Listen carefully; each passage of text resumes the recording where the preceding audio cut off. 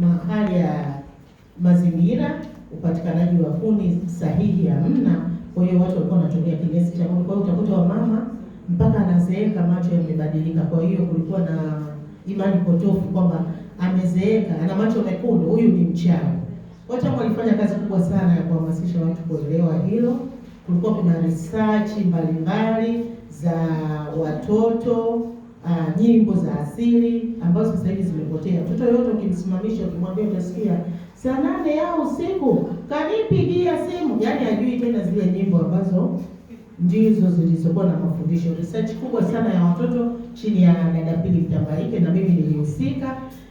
Tulifanya na kudokumenti kitabu na CD, wakati ule cassette, kulikuwa na cassette hizo na kadhalika. Sasa katika kazi za TAMWA ambazo ni advocacy work, kuwajulisha watu haki zao, kujulisha kwamba wewe mwanamke unapaswa kuwa na eneo lako na ardhi na hati yenye jina lako. Kumbe tunanyanyasika. Kwa hiyo wakawa anajua kumbe nikipigwa hasitaki. Maana kuna mwingine anaona kupigwa ni haki yake, sio haki yake. Kwa hiyo baada ya hizo elimu walikuwa wanarudi TAMWA. Wanasema sasa tunaomba mtusaidie. Kuna shida hii na hii kutokana na kile mlichokifundisha. Sasa wanasema nendeni TAWLA, nendeni WILA. Wakasema aliyekuja kutufundisha ni TAMWA. Kwa hiyo sasa kwa nini niende TAWLA sijui wapi? Kwa hiyo ikaonekana hapa iwepo. Kwa hiyo ndio maana kulikuwa na hiyo timu ambayo ilikuwa na wanasheria, ilikuwa na baadhi ya walimu na wanahabari walikuwa wanakutana. Ilikuwa kama kliniki inafanyika kwa wiki kama mara 2 pale Magomeni Msitoke Street, mara 2 au mara 3. Na Magomeni pale paliendelea kutumika kwa kipindi kile, kwa sababu kuna mama alikuwa akipigwa anasema siwezi kurudi nyumbani leo. Kwa hiyo sasa atakaa wapi? Ilikuwa ni kama nyumba salama, na kulikuwa kuna mama ambaye anatunza, anapika na kadhalika na kadhalika.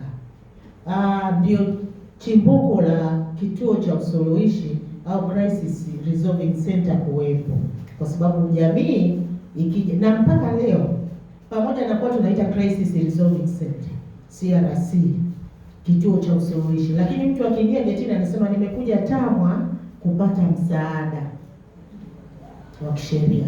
Kwa hiyo sasa akija naona leo kitu mbona imeandikwa hivi, unaanza kumpa story kidogo, anasema lakini hapa ni TAMWA.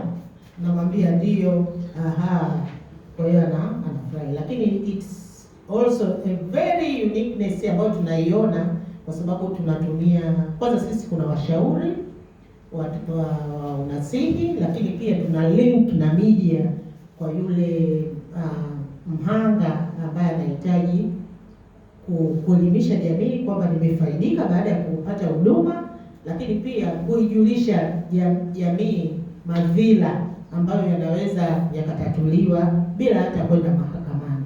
Na kituo cha usuluhishi kazi kubwa inayofanya ni hiyo inayoitwa alternative dispute resolution.